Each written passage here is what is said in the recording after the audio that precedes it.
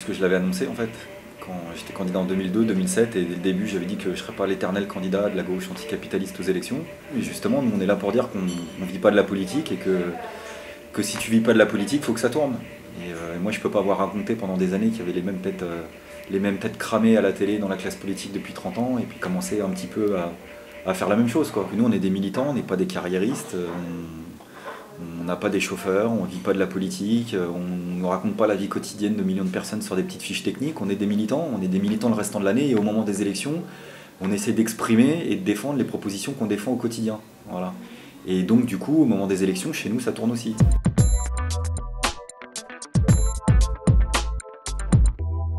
Pour nous, il y a vraiment deux façons de concevoir la politique. Il y a la politique professionnelle, ceux qui sortent des écoles et qui chopent des mandats et qui vont vivre de leur mandat toute leur vie tout entière jusqu'à une retraite qui va être copieusement rémunérée. Et puis ceux qui sont sur le terrain et qu'on aura le bol de se faire représenter justement par ceux qui vivent de la politique et qui cherchent à la mesure de ce qu'on est, parce qu'on n'est pas des masses, on ne va pas se le raconter, mais en tous les cas se représenter nous-mêmes. En plus, ils sont formés pour nous parler de nos vies mieux que nous, même souvent. Et le roi des rois, c'est Sarkozy. Sarkozy, quand il est dans les émissions genre Face aux Français, il va te prendre un type, il va te le retourner, te l'assaisonner. Et à la fin, le mec, il va dire ouais, c'est incroyable, il parle de ma vie mieux que moi, il la connaît mieux que moi. Parce que tout ça, c'est un job, c'est une profession. Et quand tu vas à la télé dans les grosses émissions, c'est vachement calibré, il y a des codes. La vie normale, elle n'est pas faite pour s'inviter là-dedans.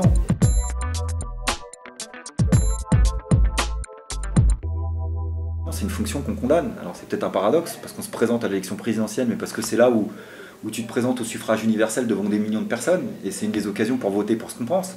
Mais la fonction présidentielle, dans la Ve République, c'est une des fonctions les plus antidémocratiques qui soient.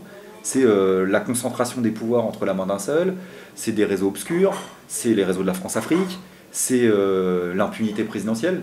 C'est-à-dire que si demain Sarkozy il t'écrase au coin de la rue avec sa voiture, il passe même pas en justice. Et puis c'est la possibilité d'appuyer sur le bouton nucléaire, par exemple, à lui tout seul. Donc c'est une fonction qui est antidémocratique au possible. Ce qu'il faudrait, c'est un autre fonctionnement où les assemblées démocratiquement élues, collectivement, elles décident.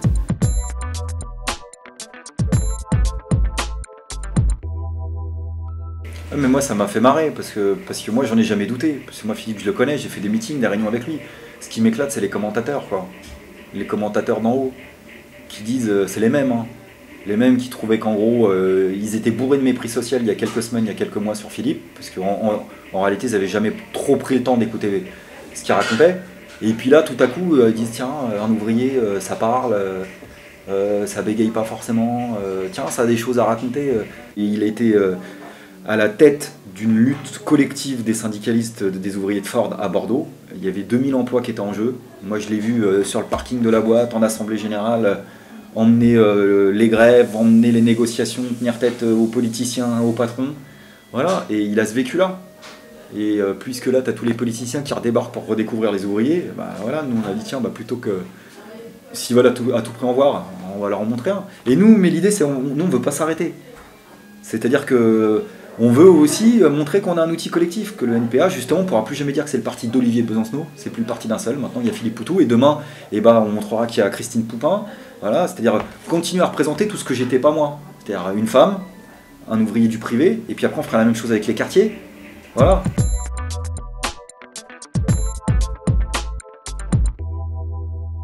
Les médias dominants, ils confirment la pensée dominante, ils sont là pour l'alimenter. C'est même pas téléguidé, c'est même pas le complot. Malheureusement, c'est plus triste que ça. C'est le truc du ventriloque. La plupart des hauts médias, ils disent vraiment ce qu'ils pensent en fait. Et ce qu'ils pensent, c'est ce que pensent les dominants. Et donc ils sont là pour te le rappeler en permanence sur le traitement de l'actualité, sur le traitement des candidats, sur le traitement des mouvements, sur la stigmatisation d'un certain nombre de couches de la population. Nous, on s'en sert paradoxalement, et c'est un choix qu'on a fait, pour aller et utiliser les quelques minutes qu'on avait pour s'adresser aux nôtres, plutôt que d'y aller et s'adresser aux médias et les cartonner. Parce qu'il y en a qui ont fait aussi leur marque de fabrique en y allant et en disant tiens, je latte les journalistes. Ça, tu peux même gagner des voix là-dessus. Mais en réalité, tu regardes bien, là-dedans, ceux qui lattent les journalistes, souvent ils sont potes avec eux. Et tout ça, c'est du grand folklore. Moi, j'ai déjà vu dans des débats, parce que moi, des politiques, je connais que ça, à part ceux que je croise dans certains combats, parce qu'il n'y a pas que le NPA qui est dans des combats. Hein. Je croise aussi d'autres élus de temps en temps, machin. Mais c'est des mecs qui se mettent des grandes tartines sur le plateau, tu vois, qui s'allument, et puis après ils quittent le plateau en disant t'as été bon.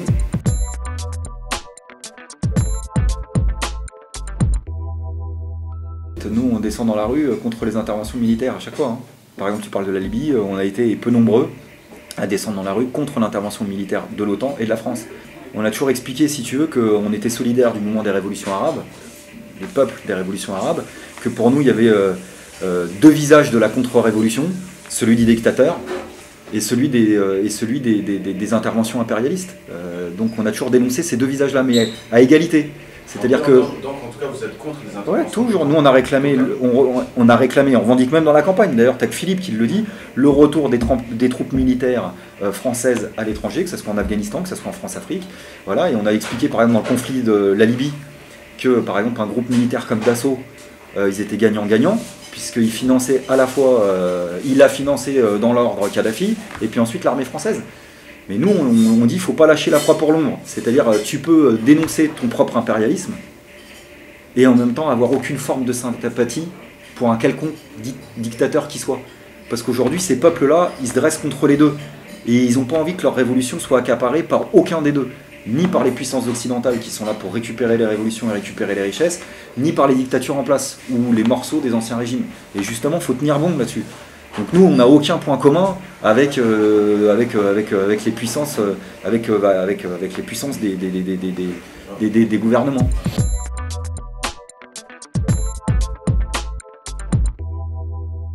Je sais qu'il y en a plein qui doutent, qui pensent que les élections, ça ne change pas la vie quotidienne. Ben, on ne va pas leur mettre une disquette de compétition dans la tronche en leur expliquant que ça va changer leur vie quotidienne. Par contre, voilà, donner un mandat à ceux qui sont là et qui sont présents au quotidien, il faut le faire. Et puis voter pour autre chose que des gens en qui vous n'avez pas confiance, quoi. C'est aussi simple que ça. On est plein, on est des millions dans ce pays à dire les politiciens ne nous représentent plus. Et quand il y en a un qui commence à nous représenter, de toute façon on le regarde en se disant dans pas longtemps lui il va me trahir. Donc là vous avez l'opportunité de voter pour quelqu'un qui n'est pas un politicien. Donc c'est aussi simple que ça. Voilà.